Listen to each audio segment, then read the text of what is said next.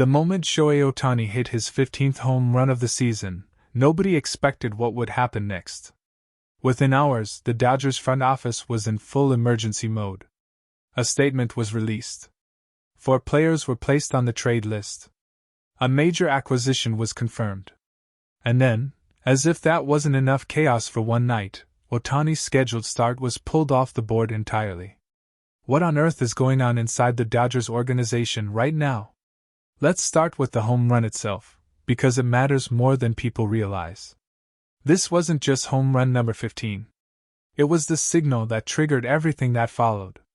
The front office had clearly been monitoring Ohtani's workload and his offensive output simultaneously, and that moment appears to have been the breaking point for a series of decisions that had already been building behind the scenes. The timing was not a coincidence.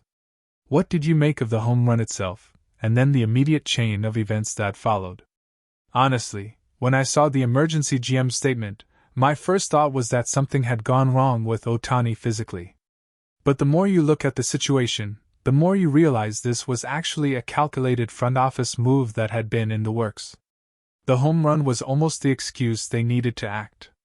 The Dodgers have been walking a very fine line all season between maximizing Ohtani as a pitcher and protecting him as the most valuable offensive player in baseball. The trade announcement and the cancelled start tell me those two things finally came into direct conflict, and the front office chose to act decisively rather than wait. Now let's talk about the 4 players on the trade list. This is where it gets complicated. When a team moves 4 players at once, it sends a very specific message to the rest of the league. It says we are serious, we have a target, and we are willing to sacrifice depth to get there. The Dodgers don't make moves like this casually. This organization thinks in championships, not individual games. So who are they going after, and what does this acquisition mean for the rest of the season? From a roster construction standpoint, this is a fascinating move. The Dodgers were already a deep team. But deep rosters have a ceiling in the playoffs. What wins in October is elite talent at specific positions, not general depth. By clearing 4 roster spots simultaneously, they're making room for someone who changes the calculus of the entire postseason picture. That's not a midseason tweak. That's a statement of intent. And then you have the detail that 2 of the traded players had previously broken Ohtani's bat. That sounds like a small thing, but in the context of everything else happening, it carries weight. A bat breaking isn't just equipment malfunction. It's a confrontation. It's a moment of friction between teammates that gets noticed, remembered, and sometimes filed away. Whether or not this played any role in the trade decision, the optics are there. 2 players whose presence created even a small amount of conflict around the best player in the organization are now gone. How do you read that detail about the bat?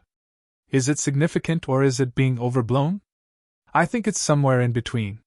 You don't trade players solely because of a bat-breaking incident. Organizations are far more analytical than that. But what it might represent is a larger pattern of chemistry concerns that had been building. When you are managing a player of Ohtani's magnitude, a player who is quite literally carrying both your pitching rotation and your offensive lineup, the environment around him matters. Every unnecessary distraction is a potential performance cost. If the front office felt that those 2 players represented friction, even minor friction, in that environment, then a trade that also serves strategic purposes becomes easier to justify. You solve multiple problems in one move. Now we have to address the elephant in the room. Ohtani canceling his start. Manager Dave Roberts came out and gave an explanation, but let's be honest, any time your best pitcher removes himself from a scheduled start, there are 2 possible explanations. Either there is a physical concern that the team is downplaying, or there is a deliberate workload management decision that is part of a longer-term plan. Roberts described it as a precautionary measure and pointed to the acquisition as a reason the team now has more flexibility. But the timing, 1 day after the trade was confirmed, after a home run, after a GM statement, feels like more than coincidence. What is Roberts actually telling us here, and should fans be worried? From a manager's perspective, I think Roberts is being more transparent than people are giving him credit for. The Dodgers have a long season ahead, and they have been managing Ohtani with unusual precision all year.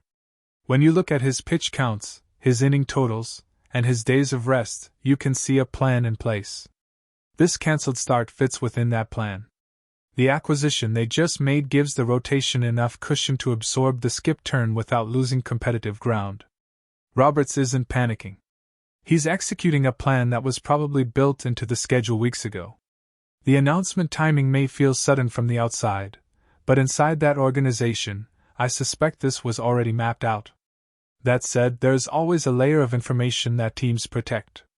Ohtani is 30 years old, he is pitching and hitting at an elite level simultaneously, and the body has limits that no amount of talent can fully override. A precautionary skip could simply be what it is. Or it could be a managed response to something that showed up in the data, in his velocity charts, in his spin rates, in how his arm felt after that home run swing put additional stress on the body. We won't know the full picture until he takes the mound again. What I find most interesting about this entire sequence of events is what it reveals about how the Dodgers view Ohtani's role in their championship equation. They didn't hesitate to make a major trade right after his home run. They didn't hesitate to pull his start. They are treating him not as a symbol or a spectacle, but as a resource to be managed with extreme care and precision. Every decision around him is deliberate. From a competitive standpoint, what does the acquisition mean for the rest of the league? It means the Dodgers just separated themselves even further from the field. This team was already the favorite in most serious postseason projections. Adding a significant piece midseason, at the cost of 4 players but without disrupting Ohtani's position in the roster hierarchy, tells every other contender that Los Angeles is not comfortable with just being good. They want to be impossible to beat. That's a different kind of organizational mindset, and right now, they are executing it at a very high level. The chaos that surrounded this 24-hour period, the home run, the GM statement, the trade, the bad incident, the cancelled start, Roberts explaining himself to the media, it looked messy from the outside. But when you pull back and look at the pieces, everything connects. The Dodgers made a calculated decision to upgrade the roster at the right moment, managed their star players' workload to protect the second half of the season, and cleared out elements that may have created unnecessary friction in the clubhouse. Ohtani's 15th home run wasn't just a milestone. It was the moment that set an entire organization into motion. And when he steps back onto that mound for his next start, the team he takes the ball for will be a different, stronger, more focused version of what it was before. That's what a true franchise player does. Not just by performing on the field, but by being the center of gravity around which an entire organization aligns itself. That kind of presence is what separates Ohtani from everyone else in the game right now. Numbers can describe it, but they can never fully capture it.